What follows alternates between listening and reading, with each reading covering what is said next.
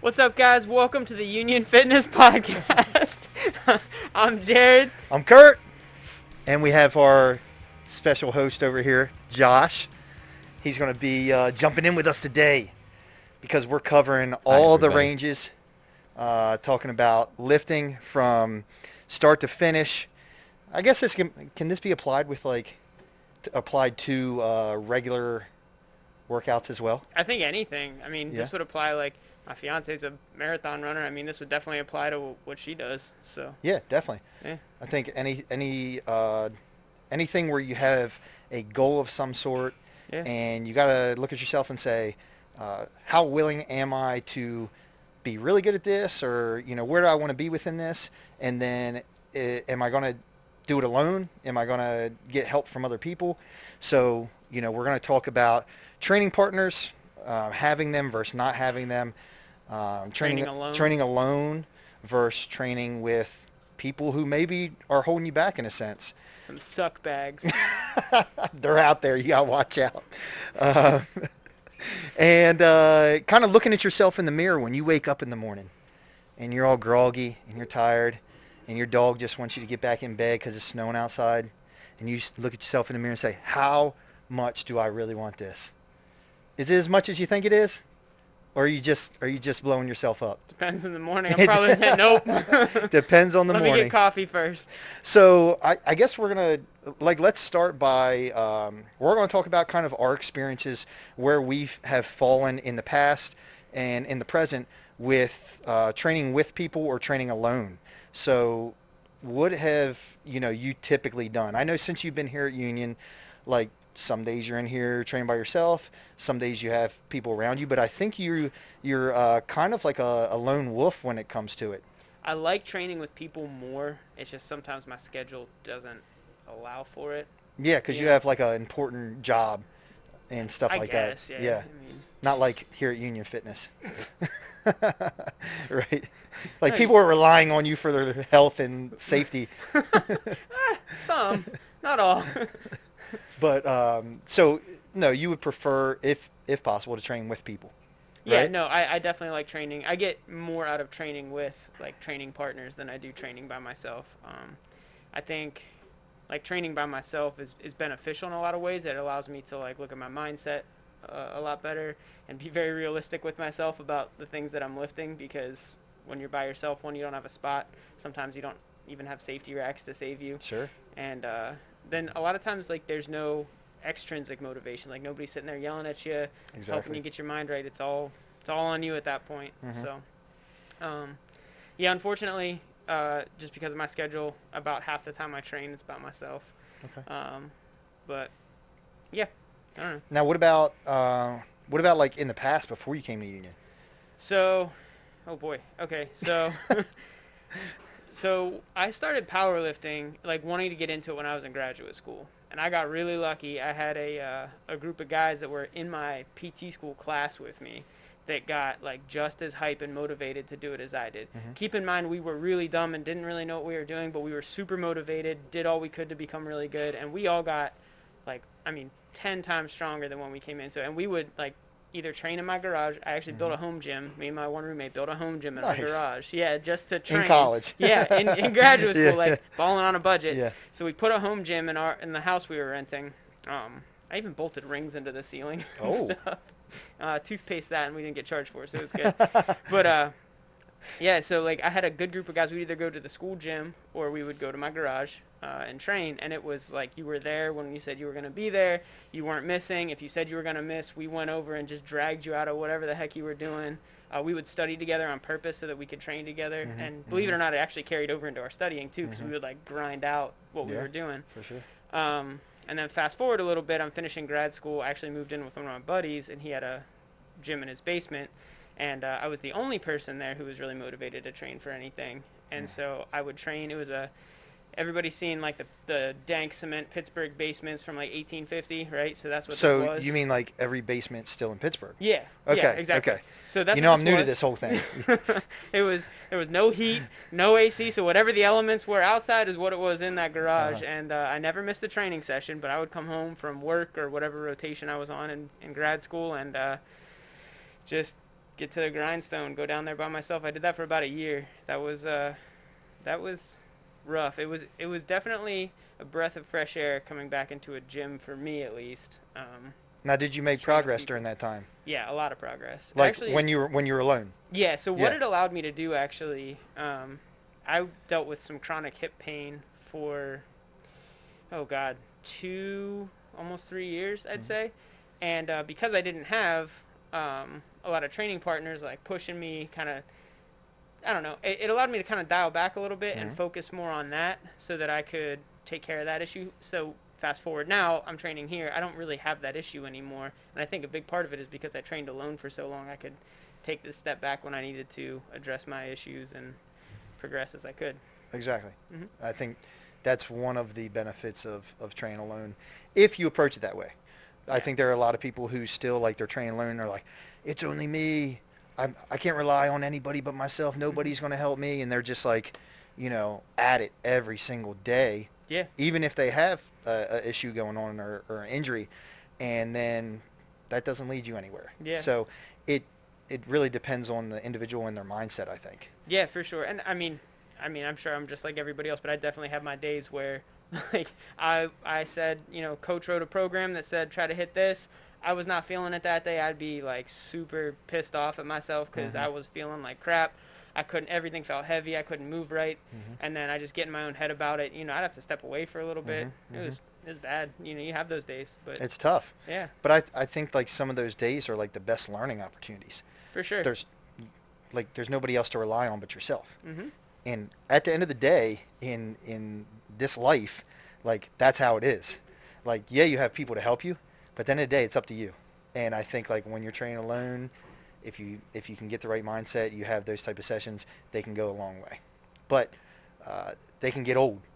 Yeah. It can get really old having those type of training sessions, and it's not something that you want to have every single day unless there's absolutely, like, no choice. Yeah. Like, if you got like 19 kids, if you're Phillip Rivers and you're training alone in the basement and you have no choice, then, like, yeah, you got to do it. He's got training partners, man. He's got 19 of them. Yeah, that's right. That's right. You don't need them anymore, though. Been a fun ride. What about you, Josh? Man, I think, when I was trying to play competitive hockey, you trained as a team. So I didn't understand training partners. You know what I mean? Sure. It was kind of you went and whoever was there, that's who was buzzing that day. And then when we started going to the gym we used to go to, Sully's Fitness, which is still open, and you can go check them out. They're pretty awesome. Ryan's a OG in the powerlifting. He is. Yes, he is. But we started going there because my wife, Anastasia, wanted to get more into fitness. It was something she, thought was lacking in our personal life, and I thought, okay, sure, why not, We quickly learned that spouses are not great training partners all the time. When she gave me a concussion, I was bending down to do a row, and she was putting away the dumbbell, and she was getting up off the bench beside me, swung backwards, and connected with my temple. Oh, man. Yeah. So... Out like a light? Out like a light, son. You're still with her? Oh, yeah. We weren't even married yet. But, I think he was scared at that point. Yeah, right. At that point, like, yo, I'm in now. Yeah. I'm not going anywhere. So, eventually what ended up happening is she started getting into powerlifting. That's how she met Kara Cable, who trains here. Dana Bannon, who trains here. Nicola, what's Nicola's last name? Adam Chick? I can't Adam remember Chick, it. yep. Who trains here when she's prepping for meets. And so she kind of like had her little squad. And I was like, that's cool. I wish I had a little squad. And ended up meeting my guy, Joey Reed. And then from Joey and I getting after it every week, we kind of made our own squad, which has the one and only Josh Spots, Josh Conroy in it. And then some other dudes who also don't go to this school. Josh sucks. We just have to talk down on him real quick. Yeah, there you go. Yeah, there you go. I love you. So, yeah, man, we kind of just started our little squad, and I started powerlifting, undefeated powerlifter at 220. Thank you. Have a nice day. But that was, man, that was the clique. That was the gang. And it was pretty regimented for about a year and a half. Like, at least 2 members of the squad were there at some point in time, and you knew on big days, hey, everybody's got to be there. And Saturday mornings, man, there was nothing better. Ryan turned that music up just a touch more. Yeah. And there used to be kind of like how we have the strength lab here, but it was even smaller. And all it had was a deadlift platform, 2 benches, and 3 squat racks. And the power lifters just took over. Yeah. Yeah. And so at that point, what we had, you were there at that At what point. point did I join the crew? Yeah. I came in. And I think like at that point we were like 20 deep. Wow. We were 20 deep powerlifters who were all competing, going to each other's meets, showing up in matching t-shirts and shit, getting loud, getting rowdy. Yeah. Like it was That's awesome. I still talk That's to what it's all those about. people every day. Yeah. It was the closest I had ever been to being back in organized sports. Yeah. It was awesome. It's like once you like form that bond, like you bleed with a person Oh, like yeah. that. I mean, you're just kind of bonded with them. Like you're good friends from that, like forever at that point. Yeah, 100%. some of the pictures from those days, and like, man, yeah, just the gas. It was all gas, no brakes. Yeah. And I feel like stuff like that like isn't meant to last forever. You know what I mean? Oh, It yeah. takes away how special it is if you're just like, hey guys, I gotta finish, helping the kids with the homework, and then I'll be there. Like, it's like meant to be short-lived, I think. And now short can be relative, like Right. 1 year, 2 years, or 8, 10 years. It doesn't really matter. But like when you're in it, there's nothing that I've come across that really beats it. Yeah. You know? Well, and I just think of like there was a point in time where somebody had left the gym, and it was kind of like before the group formed, and like everybody knew that person, and then we went to a meet. They were lifting, and like the entire squad, just because you used to be us, just goes nuts when they walk on a platform. Like that kind of like tribe mentality is so. It's dangerous, but it's also super fucking powerful. Can be very dangerous. Yeah. And, like powerlifters, man, Yeah. you have not lived until you're fucking trying to pick up your 3rd deadlift, and you Yep. need this, and the entire place goes nuts. They start yelling up, and all of a Up. sudden gravity goes away. Yeah, Yeah. like you're like Vegeta training in the hyperbolic Yep. time chamber, and then you walk out Like onto the a planet, doors you open. float. Yeah, Yeah. But the best part is like when you got people in the crowd and they're like, "Hey, who's this?" I don't know. yeah. But he's going for his 3rd deadlift. Yep. How much is it? Like 300. Let's go. Yeah. It doesn't matter. Yep. It doesn't matter, and that's what's cool. Yeah, and I mean, like I gotta dig up pictures because I kid you not, like 20 deep at these meets. Yeah. Like Josh Conroy driving day of to nationals Yeah. to be there for like we had that year. I think you were there.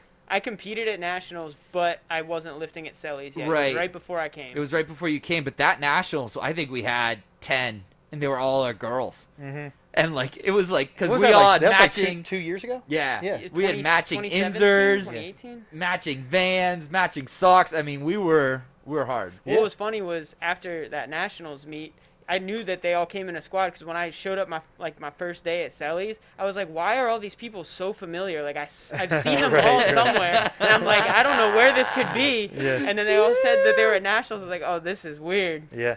While you're looking that up, can I tell you my Selly story? Absolutely. Okay. So It better be good though. yeah, it's Or pretty I'm good. gonna fight you. So 2016, I had just recently started dating my now wife, and I surprised her coming up here for Christmas.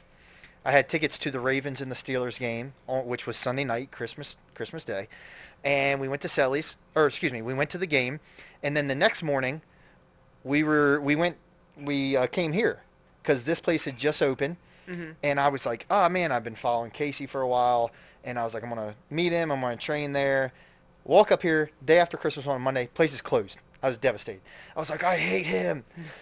Forget him.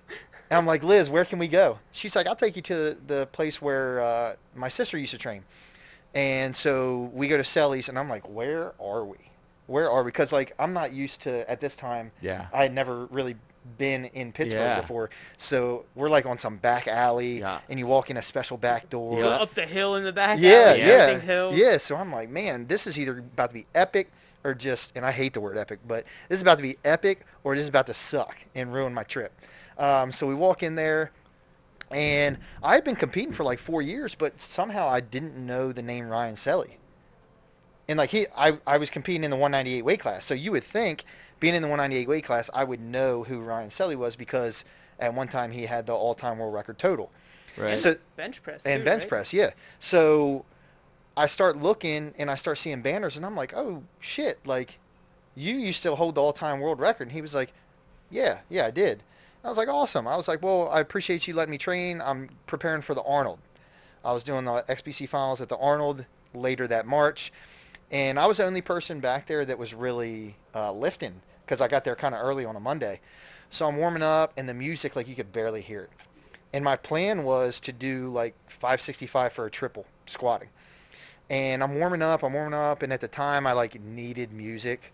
You know what I mean? Like you rely on Oh, it's on Monday something. morning. Yeah, right.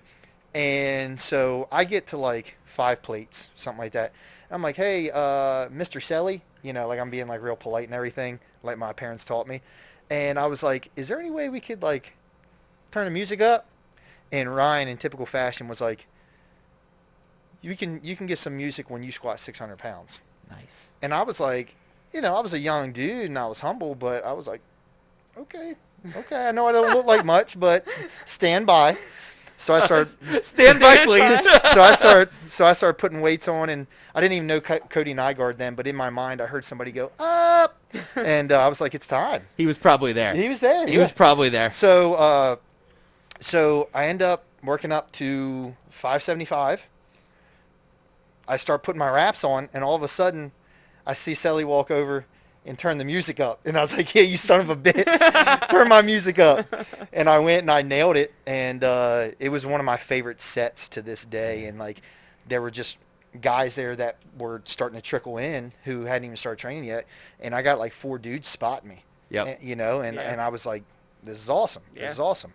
You know, I'm not even a member. I'm here for the day from Maryland. I'm a Ravens fan. I don't know if they knew that or not. They probably would have sabotaged me somehow, but it all worked out. So that's my one and only Ryan Selly story. He tried to punk me, and I finally got my music. Damn it.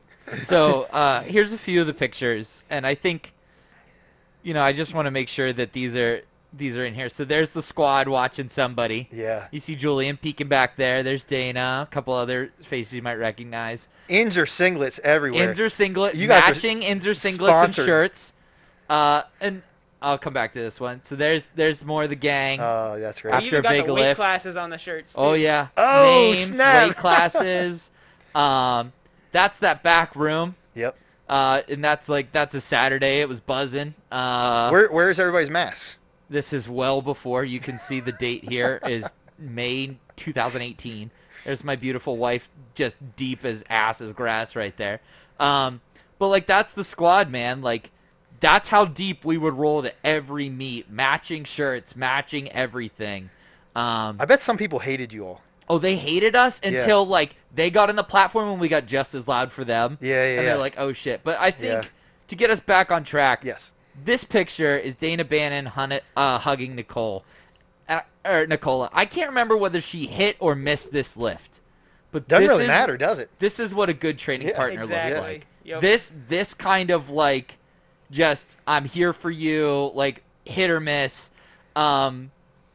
Yesterday Nicola was in. She's doing meet prep. She's like 4 weeks out, and I gave her the handoff and the commands yesterday, and like that doesn't go away. It was like, and I know like Nicole hates being watched, so like first 2 she missed, so then like I disappeared for the third one, like so she had to go do it by herself, right? Like because I just knew. Man, yeah. Now I'm getting all emotional and like teared up, and I want to go do leg day.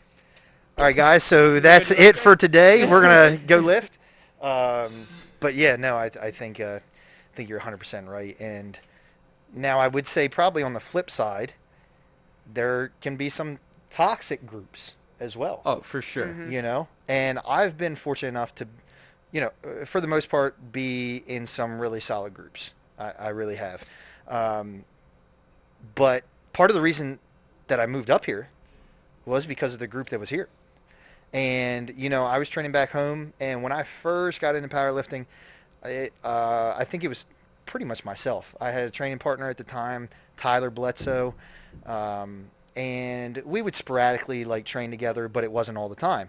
So for the most part, we were lifting a YMCA with one squat rack, one bench press, no deadlift platform.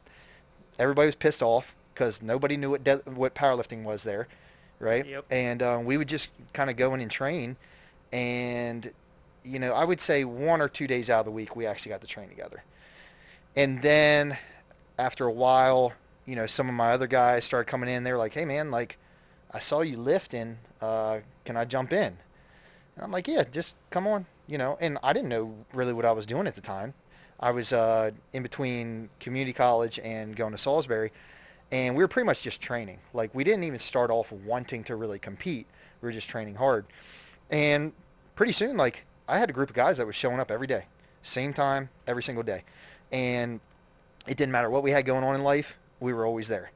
And then, after a little while, I think I got to the point where I was like, you know what, man, I want to be really good at this. Like, I want to see how far I can really go. And I think I may have been the only one in the group that really, truly had that mindset. Now, like, we talked about looking yourself in the mirror and seeing where you were. I think at the time, like, I looked at myself in the mirror and I was like, I want to be a 9 or a 10. And I was still kind of immature, I was still learning and growing, but I knew that I needed to go in a little bit more. And that's kind of when I met Casey and he started coaching me. And some of the guys that I was training with were, doing other things in life, whether it was a relationship or a different job or they had to move and this and that. And it slowly started falling apart. And, it's not always meant that everybody's not always meant to be on the same page with everything. You know what I mean? Yeah. Like, your goals and my goals shouldn't be exactly the same. Our goals shouldn't be exactly the same. That would probably be a little unhealthy at times. You know what I mean? And I think it's good for people to understand where they stand with that. And my guys that I was training with just wanted to enjoy life a little more than I was. And I'll be honest, there were times when I wasn't going to family gatherings or, my friends were like, "Hey, let's go to the pub." And I'm like, "Sorry guys, I got to train tomorrow." So I was putting things to the side, and I don't know if that separated us or not. I hope they didn't feel differently about me for that, but it was just, I knew where my head was and where I wanted to be with this. And it got to the point where I was driving an hour each way. After work, I would get off at 6, and I was driving an hour down to train at the only gym around that had a monolift or a deadlift platform. So I was driving an hour, training for 2 to 3 hours, and then driving back. Sometimes I would have, my wife would go with me, or, Jacob or Chris or a couple like random of my training partners. But there were a lot of times that it would be just me. And those were some of my best sessions, because on that drive, I realized, do you really want this? Because you're alone right now, and you could be home chilling, eating dinner, relaxing, but you're driving an hour to go train in a gym where you don't have anybody there. And that's when I was like, yeah, I want this. And, long story short, I came up here a couple times to train, and I met my crew who I train with now, and I don't regret a thing. And I will say, those times when I was driving that hour, those are some of the best training sessions I've ever had. Because the things that you learn when you're alone and you tell yourself that it's just what you have to do, you have no choice, you'll find out what you're really made of. But, when you're training with people who are just as good, if not better than you are, and they hold you accountable, that's where the magic happens, and you can't replace that. Yeah, it's definitely, I think, when you're training alone, that just like that walk or drive or however the heck the bike ride, however the heck you get to the gym, you're gonna do it by yourself. You're alone, and I think you just take that time and you dial in, like what you're there to do. Because when you're going alone, you're usually motivated to get done what you need to get done that day, no matter if it's powerlifting or you're running or you're losing weight, like you're going weight loss or whatever it is. Like, you're focused on what you need to accomplish that day. And yeah, you might be alone, might not have all that hype, but it's going to be some of the best, most focused sessions you'll ever have, because you're only there to do what you had to do. Without a doubt. I remember being 3 weeks out, okay, and because of a work commitment, I knew I wasn't going to be able to deadlift that night. Mhm. So I got up at 6 o'clock. No, I was in the gym at 6 o'clock in the morning. I think I was up at 5. And like Ryan let me in like a special, like early kind of thing. Mhm. And I deadlifted heavy, like 80% max heavy alone. Yeah. And you told yourself that it's what you had to do, right? And that was like, you're just talking about like the most memorable, like the heat wasn't even on in Yeah. the building. Like we didn't turn, like there was one light on and like it was cold. Yeah. And no noise, no music, and like just, oh. Now, after that, did you ever have a time when you're like walking out the street or like get in your car, maybe it was a week later, and you're like, if I could just do that, what else can I do? Did you ever have that moment? No, man. No? No, I don't think. Yeah. Well, that's okay. Period. You clearly had these moments. No, I move forward. Yeah. I don't think back on like, wow, that was really something amazing I did, because I'm already like, all right, cool, done, next. Yeah, no, I get that. I think when I was growing up, I didn't have a lot of confidence. Like, I was good at sports and things like that, and I was athletic, but I lacked a lot of confidence as a guy. So when I could achieve something, like when I could actually physically set a goal and achieve it, I was like, holy shit. If that was hard, up to this point, that was the hardest thing I've ever done. And like, when it was all said and done, it really wasn't all that hard. So like, what else can I do? And then I just started checking other things off. When I started powerlifting, my goal was to squat 500. I did it, and then I was like, shit, could I squat 600? And now you just look back and you are where you are. So I think it all kind of adds up a little bit. But you don't get there. It's hard to get there alone. Yeah. And I think that's the moral of the story is like, there's certain times when you need to be alone, and there's certain times when you need help. Like, everybody needs help. And, regardless of whether you're just a hobbyist with your workouts or whether you are competitive with your workouts, you need to realize that it's good to ask people for advice and help. If you're coming in every single day, you're taking like 2 to 3 hours out of your day, however many times a week, and you're not doing everything you can to get the most out of your experience, then what are you really doing? Exactly. My dad always told me when I was growing up, whether I was like building something or, doing anything, he was like, if you're going to do something, do it right and get the most out of it. So like, why do I want to come in here and waste my time? And I understand that people like, being alone when they train, and that's great. But if you come in every single day and you're just to yourself and you don't ask people for help, and whether that be because you're scared to, you don't want to be embarrassed, or you just don't think you need other people's advice or help, I feel sorry for those people. Yeah. I really do. Not to get on a rant, but like, No, you're good. this is one of the only communities that I can think of where average, regular, everyday people, regardless of your job, regardless of what's wrong with you, where you come from, your issues in life, you can come in and legitimately help each other. Yeah. With the same goals, regardless if you're a beginner or advanced, and like, everybody get along. And I feel sorry for people. A computer nerd can come in and train together. Yeah, exactly. Yeah. I Yeah. feel sorry for people who can't capture all of that and get everything they can out of that experience. Well, hang on, because I think it's intimidating. You know what I mean? Like, I remember walking to Selly's for the first time, and this was when Cody was still at Selly's, and his group ran the back of that room. Mm-hmm.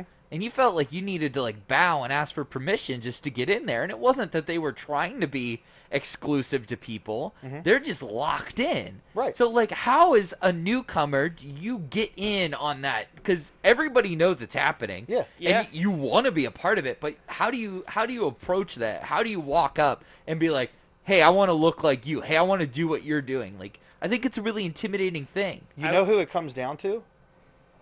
The big guys. It's their job, just like when I moved up here and I started working here, And now that, I am one of the directors here and one of the, more popular powerlifters, it's my job when somebody comes back in that room to introduce myself or to be like, hey man, how's it going? My name's Curtis. You did that with me. Did I? Yep, when I first started training here. And I think that's what it's about. And I did that with Curtis, just let the record show.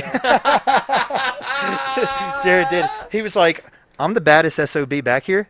So I know I don't look like it. Welcome. Let me show you the ropes. Challenge me to arm wrestling. I dare you. I'm pretty sure you said something like that. But I mean, that's who it's on. And now that doesn't mean that you have to be buddy. No. You know what I mean? Like, Yeah. as far as, let's say I didn't work here. Let's say I did not work here whatsoever. Just with my passion in lifting and fitness and exercise and all things related, if I was back there and I saw somebody doing their thing, and maybe I could tell that they were a little hesitant, a little nervous, I would go up and just start talking to them. Even if that's something as simple as, hey man, you mind if I work in with you? I've done that sometimes, and I'm not even using that piece of equipment that they are. Like let's say they're doing like a dumbbell curl with, 5-pound dumbbells. I don't know.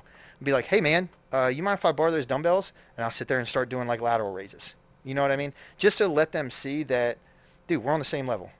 We're both human. We both have the same goals. I know I may look a certain way or come off a certain way, but we're both the same person. And like, if you have questions, ask me. Don't be scared to ask me why my face gets so purple or why I'm putting those things on my knees to squat. Like, so I think it really comes down to society, maybe. You just gotta be kind to people. I mean, so like kind of going off of what you said, I can kind of speak on this because I have an interesting perspective. So when I go into like a new place, right, I'm a little guy. I don't look like I can do anything. When I walk into a powerlifting gym, all the big guys that train in their group, I can always tell like what kind of people they are because in good gyms like here at Union or even like at Selly's, right, you walk in and people are like, oh, what's up, man? I'm so-and-so. What do you do? Like, what are you here for? Are you training today? And they get to know you. They'll work in with you, like you said, or like help you out. They offer to spot you. Like, you don't have to say anything. People are just like there, And then there's these gyms that I walk into, and the big dudes look at me like, oh, who's this schmuck coming in, right? And then, so, like, a lot of times... he deadlifts 600 pounds. Yeah, right? Well, so, no, this is where it comes in. It's awkward. So I walk in. People don't know who I am. I'm little, so I'm clearly not on their level now because I'm a little guy, right? So I walk in, and a lot of times there's, like, one spot to deadlift, and people are starting to work. So I'll be like, hey, guys, can I work in with you? And they're like, well, we're not changing weights for you. I've gotten that at least 3 or 4 times in my life. I'm like, that's fine. You don't have to. I can change weights myself, right? And so then I start working in with people, and the next thing you know, like, I'm deadlifting as much or more than them that day, and I'm putting plates on when they're not, and they want to be my best friend. And I'm like, I mean, I'll be nice, and that's fine, but, like, why did you have to act that way when I came in, right? Because if I wasn't able to do that, you would have been a jerk to me. Like, if I wanted help, you wouldn't have given it to me, Do you remember my nickname for you? I don't know if I do. So when you first started training there, you were training in the corner by yourself. And I was, like, leaving or something, and I, like, stopped to watch to see what you were doing. You're squatting or something. And it was a ridiculous number, like, stupid number, like, for his size. And I was like, okay, baby boy, we'll see you next Saturday. That's right. That's right. Classic movie, by the way. Right. Baby boy. But I literally did not know Jared's name, I think, for the first 3 months. I'd just be like, baby boy, we see you Saturday? That's great. And, because, I mean, like, at the end of the day, like, that was what my goal was. Not to be the strongest lifter, because I didn't stand a fucking shot at that. Yeah. But I definitely had the knack for making the click. Yeah. And, like, somebody'd be, like, kind of, like, out in the other room, and they'd be, like, in the squat rack. Like, what the fuck are you doing out there? Yeah. Get in here. Like, come on. Like, load that shit up. It's so fun to, like, get people, like, involved and motivated and... I love it when I train with people who are just motivated. You don't have to. You can lift 10 times more than me, 10 times less than me. It doesn't matter. Yeah. Like if you're there, if your mindset's in the same place as mine is, like we're getting work done and we're both gonna be better for it. For sure. Yeah. For sure. So you and Micah used to train on the same stuff. Did we? Yeah, because you guys were about the same height. That was always the squat rack. Is that you guys were the same height and had similar totals. Right. And I mean, Micah's maybe like 5'4", 5'5". Yeah. shit brick house. Yeah. Shit brick house. Yeah.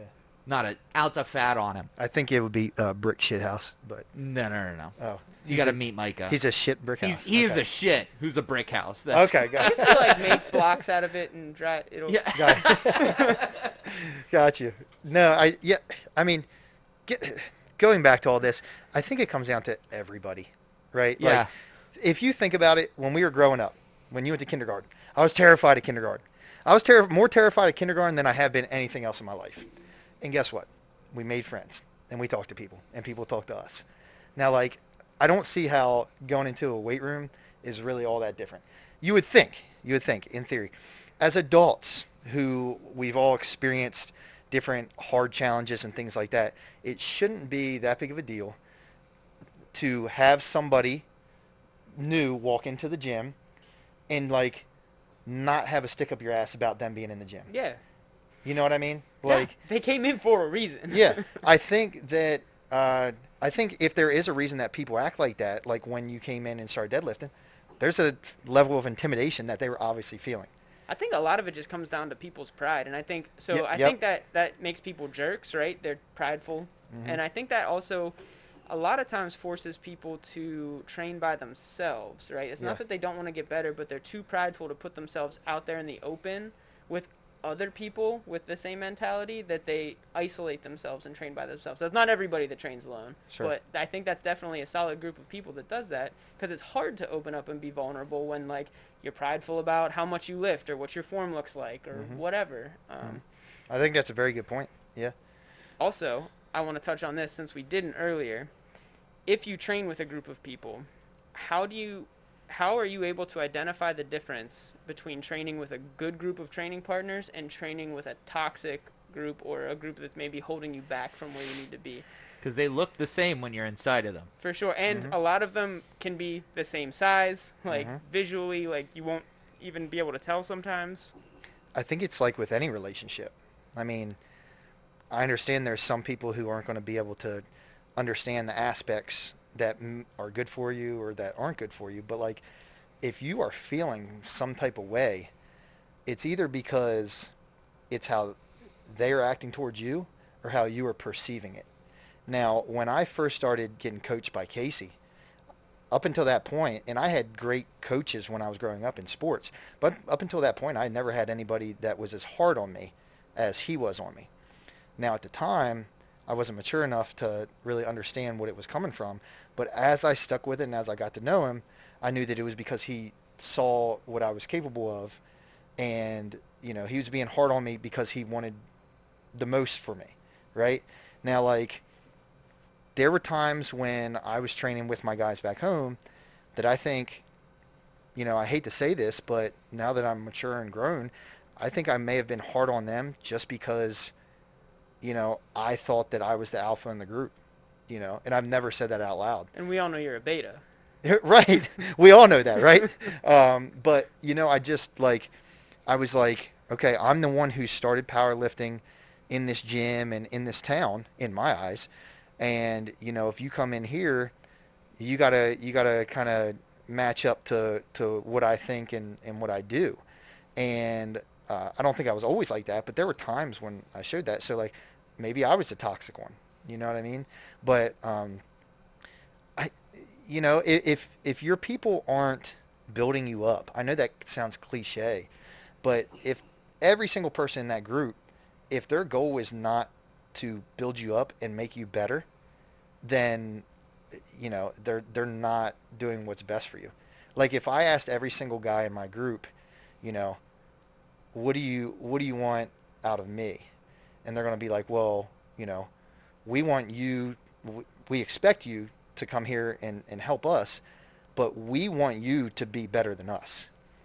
And, like, everybody who, you know, that I've worked with, my main goal is to have them exceed my knowledge and what I've accomplished. And I think that's, like, the biggest part of a good group. Is like, yeah, you can have those challenges back and forth, and it's like, you ain't out squatting me, you know, I'm the man. But the second if they do out squat you, you're pumped. Oh yeah, you know what I mean? You gotta Like, be psyched for them. I've been at meets where I've been helping people, and they've hit, you know, more in a lift than I have, and I'm more excited for them in that moment than I was when I hit that lift. You know what I mean? Yeah. And I think like that's a big part of it too. Yeah. You know, if they don't want you to be your best, if any part of them is trying to hold you back, you gotta get. Yeah, I think a lot of times people get mixed up. They think they're in a good training group too when, you know, they're the strongest guy there, or not even the strongest guy there, but every time, like, they're being told, like, you got to push weights, and people are always just psyched for them, and there's no constructive criticism on anything. Nobody's willing to tell you to, like, take a step back and, like, correct you or tell you to, like, get help somewhere else or something. I think that's a big part of it is, like, you feel like you're getting too much positive feedback when the reality is you're just not getting any help. Yeah, that's a good point. I think that's something we had.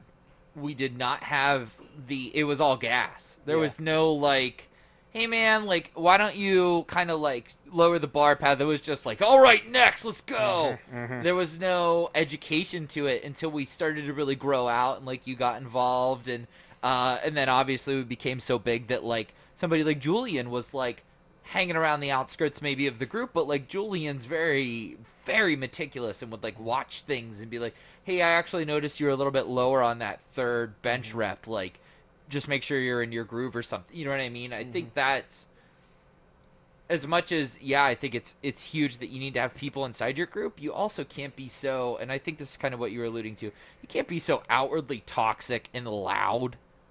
And, like, because I think that's the thing, right? We, you know, weights are going easy that day. You guys are getting loud. Guys are bumping into each other, yelling at each other, calling each other names, having fun. You don't realize how that looks to the guy running on the treadmill. Yeah. Dude, very good point. And it's tough. It's tough, I think, to be weary of that and, like, know that that's happening, especially, like, here. When the Strength Lab's bumping on Saturday morning, I'm like, I know you guys, I sometimes don't even want to go in there because I know I'm not at that level today. I understand what you mean. I think that, you know, powerlifting is a sport where, and we're going to talk about powerlifting just in general, or I should say specifically, but powerlifting is that sport where nobody's making a career out of it. Nobody's getting rich. So to take it to a level 10 on that 1 to 10 scale every single day to the point where you're like, F everybody around me, I'm coming in this gym, I'm doing what I got to do, I don't care who else is around, I don't care who I piss off, I gotta accomplish these goals. That's just silly. It's powerlifting. It's powerlifting. We're doing this for At fun. the end of the day, we're just lifting weights. Exactly. And that's pick it up, put it down. That's right. You know, it's for some people it means more than others, and to some people maybe it does mean more than just picking up weights and putting them down. But, like, we're not making hundreds of thousands of dollars a year doing this. We're all paying the same membership. You know, we're coming here the same hours. And so you do, back to your point, you have to be present and realistic and say, you know what, I'm not the only one here. Respect everybody around me, respect the equipment. But, yeah, just to add on what you were saying. Don't drop the weights. Yeah. Don't break a deadlift bar, Nate Harris. I will say, coming from, like, the opposite end of that too, like, you got your big guys who are big, scary, intimidating. Like you said, the Strength Lab's bumping, it's intimidating to go back there. I think on the opposite end of that equation too, as hard as it is to, like, get over that intimidation factor, most of those people that you're going to meet, especially like here, are like some of the nicest people in the world. Some of them bunch of babies look like a bunch of meat necks, but they're brilliant. Like, there's some really awesome people, and, like, they're not there to try to scare you. Yeah, they're big and scary looking. Yeah. But yeah, it's like they're babies. They're teddy bears. Like, go up, talk to them. They'd be psyched to get to know you, get a beer with you when they're done. Yeah. You know. Well, part of you has to, like, to lift the weights that some of us are attempting to lift, and we were talking about your 500 squat. Like, a 500 squat to maybe some guy who thinks he's King Dingaling, you know, that's not going to be a lot of weight. Right. Shout out to my dad for that term. King Dingaling. But then, like, you know, to most people, 500 pounds is crazy. Yeah. You know? Yeah. Oh, for sure. It's crazy. It's double my body weight at that point. So, more than. Keep in mind, like, as a physical therapist, I treat the general population right now in an outpatient clinic, right? Mm-hmm. A heavy weight there is, like, if somebody lifts 50 pounds, they're like, man, I'm strong. Smoke. Like, yeah, Smoked it's like that. I go home and tell my wife, like, honey, you'll never believe how strong I am. I moved 50 pounds today. So when someone squats 200 pounds, 100 pounds, 200 pounds, like, that's a ton of weight, right? Like, if you put it in perspective, it's easy to get sidetracked being in a place like this where you got 800-pound squatters sitting next to you. Sure. You know? But, you know, regardless of where you're at, whether it is that 50-pound weight or 800 pounds or whatever, you have to have a certain mindset to lift that weight safely, because sometimes you're scared to death, you know. So for me, I have to kind of become somebody that is not the person that's sitting here right in front of you right now. You know what I mean? Like, when I go to lift a heavy weight, I wouldn't want to be friends with me. You know what I mean? Because I want to kill everything. And that's just sometimes how I have to get mentally in order to accomplish these things. But the second that rep's over, I'm like, yo, dog, you know, what's up? And I'm going home, and I'm listening to, like, 90s country on the way home. Taylor Swift. Been known to listen to some Taylor Swift. But, you know, so I think that's a big thing, too, is like you were saying, when it comes down to approaching people, understand that, like, 99% of the people at a gym are average people, regardless of how big, how crazy, how scary they are, how high their blood pressure is, how many tattoos they got, you know what I mean? Like, how big their beard is. Just regular people, you know what I mean? So they may look crazy when they're trying to get their mind right to lift X amount of weight, but afterwards, you know, they'll shoot the shit with you and you know, take the time to get to know you. And that's what I think a lot of people kind of don't understand. And for me, as somebody who's been competing in powerlifting for a long time, I understand why people don't think highly of powerlifting or people who compete in powerlifting. But it kind of saddens me to a point, because if you take the time to really, like, get to know some of the people, like, you'll find that, you know, they're really genuine and they're not assholes and they don't think that they're better than everybody or anything like that. So it goes both ways, though. You know, it really does. How about this, you two giant meatheads? I'm just somebody that goes to this gym, and I'm just trying to better myself today, and I'm thinking maybe a training partner would help me do that. How do I find a training partner? Well, you know, how do you decipher any decision in your life? You look at it, you kind of weigh the pros and the cons of it, and you just try to make your educated decision. So if you saw 2 car commercials, I don't know, let's use this as an example. You saw 2 car commercials, and you know, you watched them, and one of those appealed to you, you're probably going to go by that. Now, that doesn't mean that that's going to be the best decision, but, like, you can't always make the best decision when you're choosing a training partner. You're just, like, giving an educated guess. So when you walk into the gym and you're watching people and you say, hey, man, I like how that guy carries himself. You know, he doesn't seem like a muscle-bound asshole. Or, hey, that person has really good technique. Or, hey, that person just stopped in the middle of their workout to go help that other person. Like, those are the things that come into play. You know, if you're looking and you see a guy, like, in the corner, just, like, sitting there, like, rocking back and forth, like, is he strong? Maybe. You know, like, could they help you? Maybe. You might want to be friends with that guy. Outside of the gym. That's it, like, I'm gonna... in, out, I don't know. You never know. Yeah, it might be a good person. That's why we were friends with Tyler. But, like, as far as a training partner, maybe not the best decision. You know, so I think, like, if you just roll up in this gym day one, you're probably not going to find a training partner. Okay. Like, as far as, like, you got to give it time. Okay. So you walk in the gym, you go there for the whole week at maybe the same time every single day. Yeah. And you kind of see how people interact with certain people. You see how people carry themselves. You know, if somebody's rolling around slamming weights, maybe not the best. If they're, you know, respecting equipment, if they just seem like a respectful individual, probably somebody you want to pick their brain. Now, maybe that person, maybe they don't know anything. You know, maybe they can't help you learn something, but maybe together you guys can figure stuff out. And that's the thing with finding a training partner is you don't always have to find somebody that's better than you are, right? Or that's, you know, necessarily further along with you are. Right. You could find a training partner that's not even nearly experienced as you are. Yeah. So if you've only been doing it for 5 months, it might not be a bad thing to find somebody who's been doing it for a month. You know, so you guys can kind of grow together and figure things out And the beauty of it is just finding out, seeing where the road leads. Jared, do you think some of the classes at Union is a good place to try to find a training partner? For sure. I mean, just seeing just the group mentality, they all get to know each other very well. A lot of them, I think, are friends outside of the gym now. In the morning, I sit at the front desk all groggy, drinking my coffee, and they're all bubbly coming in on morning people for their workouts, and they all know each other. They're talking about something, I don't even know what they're talking about half the time, but it all relates to each other, I guess. So, yeah, classes are a great place to start. Yeah. I would say classes are probably one of the best places to start, definitely. Yeah, because it's structured. Yeah, the exactly. same people are, everybody likes their routine and their schedule, so usually the same people show up to those things. Yeah. Even if you can't afford to take a class, just being willing to, if you show dedication and you get there and you're willing to just, talk to people, as we just said before, work in with people, eventually you form relationships, and based on the relationships you form, you'll know if you want to train with somebody or not.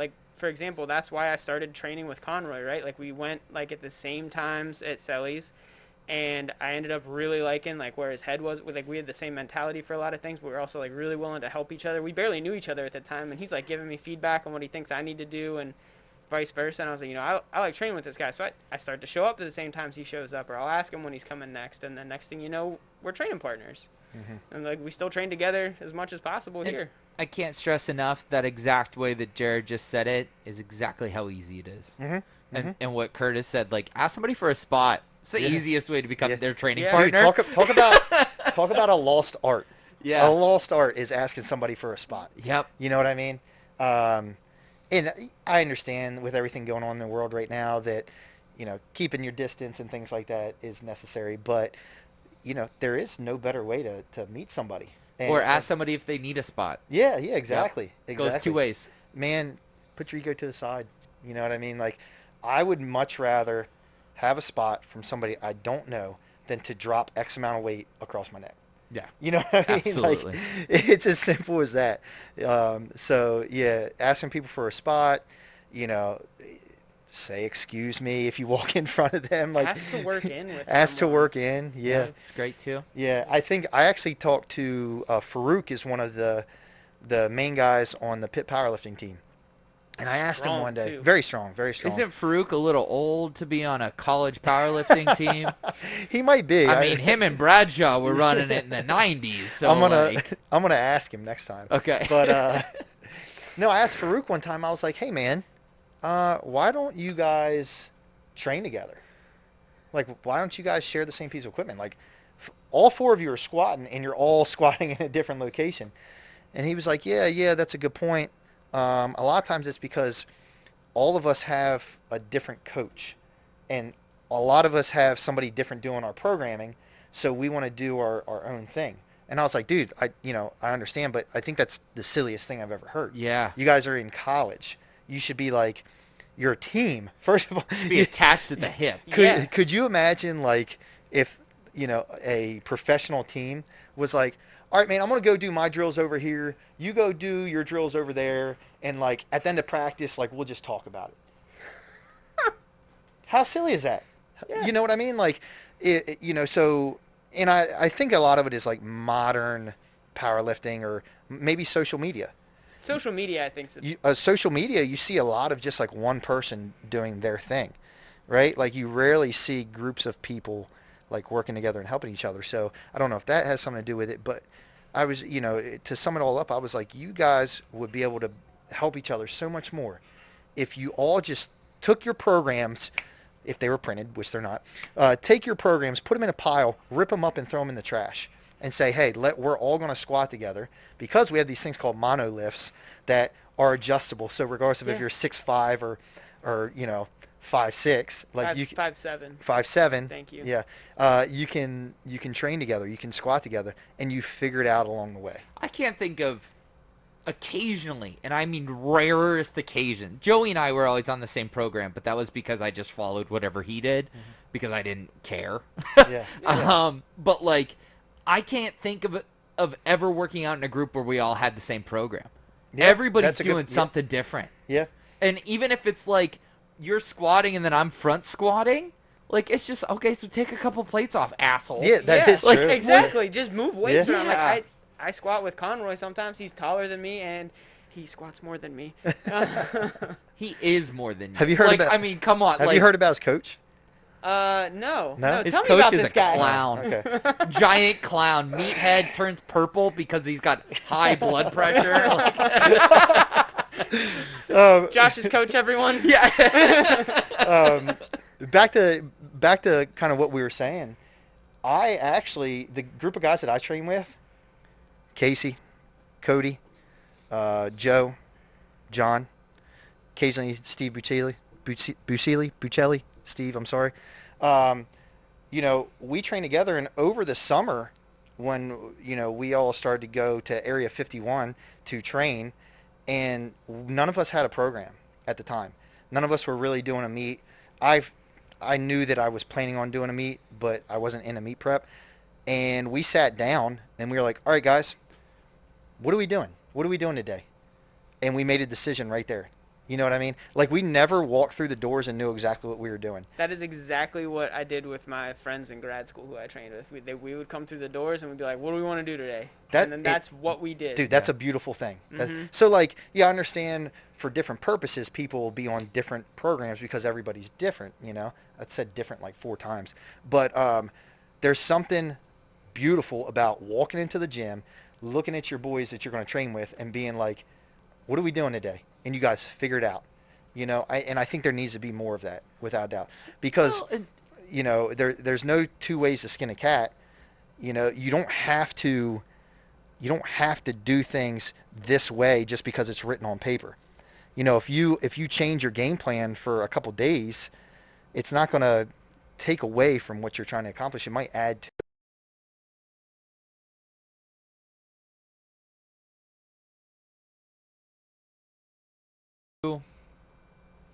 Finish your thought again.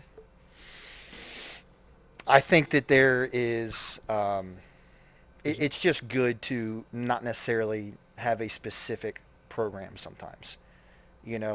Recently I started back up my own program, designing my own program, and my guys are getting ready for a meet in 7 weeks. So I was going to go in and do something completely different. And I was like, you know what?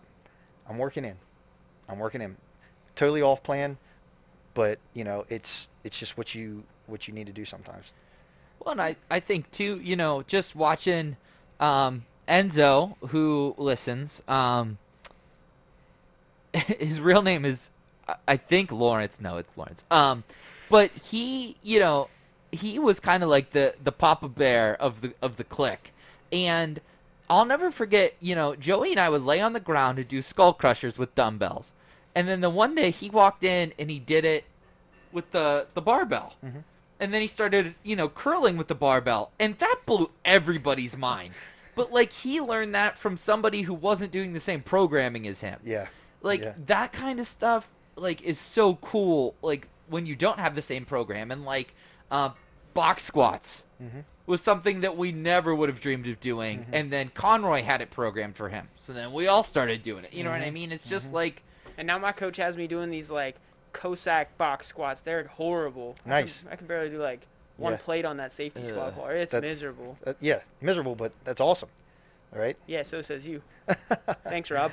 I think there's also, what you were saying about going in and goofing off. The one day I was just had a bee in my bonnet, and I wanted to put the safety squat bar on, and I wanted to have weight on the safety squat bar and deadlift at the same time. Yeah, thug life. It is, right? Yeah. But then, Ryan watched it, and he's like, you know what? I mean, what Josh said was really dumb, but there's something to that. Yeah. And, he kind of, played with it, and then found, a really cool little, recovery workout, and there's no weight on the safety squat bar, and, it's light on the deadlift, but just that kind of compression to it and putting weight to it, he found it to be really useful for some of his clients. He's like, I never would have done that if your dumb ass wasn't doing just stupid shit the one day. Yeah, I think, and something that we originally talked about, I think understanding where you're at on that 1 to 10 scale can help you with these things. Yeah. So if you understand, hey man, I'm doing this for fun, I'm trying to learn some new things occasionally and just see what I'm capable of, then yeah, you're going to hang around that 6, maybe 7 area. And there's nothing wrong with the 6. No, not at all. Not a damn Not thing. at all. Because you can still have training partners and be a 6. You can. That was me. You can, and you can have You're a 10 out of 10 in my books, man. I was a 10 out of 10 and undefeated. Because a majority of people are going to fall within that range, and that's great because all of this is a hobby. Even if you have very specific goals, at the end of the day, it's still a hobby. It's not life or death. When you leave this gym, you're going to go back to the life that you were living before you came in. So, if you're on that end of the spectrum, walk in, have some fun, say, hey, I saw this in a magazine, I'm going to try it. It doesn't really make that big of a deal if you jump off program or even if you have a program. But if you look yourself in the mirror and you say, I want to be the best version of myself I can be, then you're going to need to be an 8 and above. And if you're an 8 and above, when you come in, you can't be, just dicking off all the time. It's okay to take those days where you're like, you know what, I want to try something different. I'm going to cut back, kick my feet up, maybe have a beer during my workout. Don't advise it. But, it's okay to do that every now and then, but you can't do it all the time. So, and there's a whole end of the spectrum. And I think at one time or another, we've all been in different areas of that spectrum, right? Yeah. And it's okay. It's completely okay. I will say, though, there is no better workout than getting ripped up with the boys the night before, and then you all knowing you're dragging your asses in there at 6 a.m. hungover. And you gotta go heavy. And you gotta go heavy that day. Yep. You're puking and like... So, it's actually kind of funny. Sorry, Dad, I'm ratting you out on this one, but my dad told me a story. I guess I was like a little kid. This is when he was like competitively powerlifting. I don't know if it was for his birthday or what the heck it was, but his buddies took him out, and he drank a little too much. Mm-hmm. Way too much. They had to drag him back home kind of deal. Well, he had to be at his friend Greg's house, who he still trains with to this day. He had to be at Greg's house at 9 a.m. in the morning for a heavy squat day. Mm-hmm. And that is, to this day, the most he's ever squatted. He said when Nice. he started warming up, I went and puked in the bushes, came back inside, and squatted more than I've ever squatted. Nice. I would say That's the best. Dude, the first time I ever deadlifted 600 pounds, I was still drunk. Really? So the week before, I had a meet coming up in like 3 weeks. The week before, my plan was to work up to like 600, and I missed it. And I was like, I got a full night's sleep. My nutrition was on point. I was sober, and I missed it. And then the week later, it was college graduation. And in Salisbury, you're like 30 minutes from Ocean City, Maryland. So everybody who graduated goes down to the beach for the night. And we're going out and we're partying till like 2, 3 in the morning. And I go back, get a couple hours of sleep, wake up the next day, go back to campus. And I was like, man, I got to get a training session in. I'm like, man, I got a deadlift. And I walk in there, still drunk, pulled, I think it was like 605. And probably could have doubled it if I really wanted to. And I'm like, everything that my teachers just told me about physiology and anatomy just went out the window because I was dehydrated. I was drunk. But you also had nothing to lose that day because you're going in. No inhibition. You know what I mean? You're going in. Your mindset's not quite there. Nothing's in the line. You're just like, I'm going to do what I can do that day. And a lot of times that's your best day. So if you come into Union Fitness and you're drunk, I'm probably going to ask you to leave. But, definitely going to ask you to leave. Yeah, but you can come in the podcast room. Yeah. Deadlift in the podcast room. Yeah, they'll actually add to what you're doing. Yeah, we'll start pouring beer I down want to your throat. deadlift off with you here in the podcast room. Well, so okay. This has nothing to do with anything, and by the time this comes out, this will have already happened. But Thursday, 2 beers deep, I would like for the host to do the hold the bag challenge. Oh, as long as they can. You talking about the sandbag? Yeah. Oh, it's here. Where's the sandbag? Okay. I want to try it. Well, I don't think I want them to use the sandbag because, I don't think they're ready for that. But, I want them to have the ball. Okay, cool. So, Stu brought in a 200-pound sandbag, the one that they're using for the Rogue Challenge. Yeah. And Stu is a strong dude. Yeah, right? huge. And Stu sent me a message the other day, and he goes, dude, you're a strong guy, but if you can hold this thing for 2 minutes, I'll buy you dinner. What? Yeah. So I mean, 200 pounds is So is do 200 you pounds. have to hug it? How does it work? Bear hug. Bear hug? I get you can lock depending on do whatever you got. Oh, we gotta but- try that. All I right, want to try I'm gonna it. try that. Stu needs to buy me dinner. So I can't imagine what you eat. Me? Yeah. Anything and everything. Oh no, Yeah. I just so much of it. Yeah. I would Yeah. imagine. Yeah, Yeah. for some reason I'm a bottomless pit. I've always been that way. I wouldn't. With your size, that doesn't surprise me at all. So to sum it all up, I think what it comes down to with training partners, having them versus not having them, training alone, training with maybe a toxic group, is you just have to figure it out. Like, sorry, that's the answer, but it's just like with everything else. You have to figure out what's best for you and your goals. And I think step one is to be realistic with your goals, your level of dedication. When, like we talked about, look yourself in the mirror and say, this is exactly where I am on that scale. Then I think you can know exactly what it is that you're going after and what you need. Yeah, be real about what your life situation is. Mhm. You know, you might not have a lot of freedom to train with a group of people that normally shows up at the gym. That's fine, but you have time to train by yourself, and you can be just as motivated on your own to go get it done. That's okay. Yep. Just be realistic about what your goals are and the time you have, and use it effectively. And along with that, if you understand that your goals are to really accomplish some things and be your best, ask for help. It's okay to ask for help. I told myself that I was a high enough level where I was willing to move a couple states away to train with people who were going to make me better. Before that, I didn't know who they were, but I knew that that's what I needed. So understand where you're at realistically, and then do what you got to do to get there. Find those people. Don't ever stop searching for those people if that's the case. Don't be satisfied. Don't be content. If you're not getting everything that you want out of what you said that you wanted to do, don't stop until you get it. So whether that means training alone occasionally, all the time, with people, just do what you got to do, man. But just have fun in the whole process. Yeah, that being said, feel free to use us. As I said, or as we've said on all of our podcasts, I'm pretty sure to this point, we want to help you. We're here for you. If you need accountability, if you need a training partner, if you need a group of people to train with, programming, it doesn't matter. Reach out. Our Instagram handles are right here. And come find us at the gym, Union Fitness. Yep, I couldn't have said better. I have nothing to add. Josh, you got anything? Nope. Thank you for your help today and your input. Heck yeah. That was cool. And thank you as well, Jared. So, guys, thanks for tuning in. We'll be back. We'll catch you on the flip side. Homie.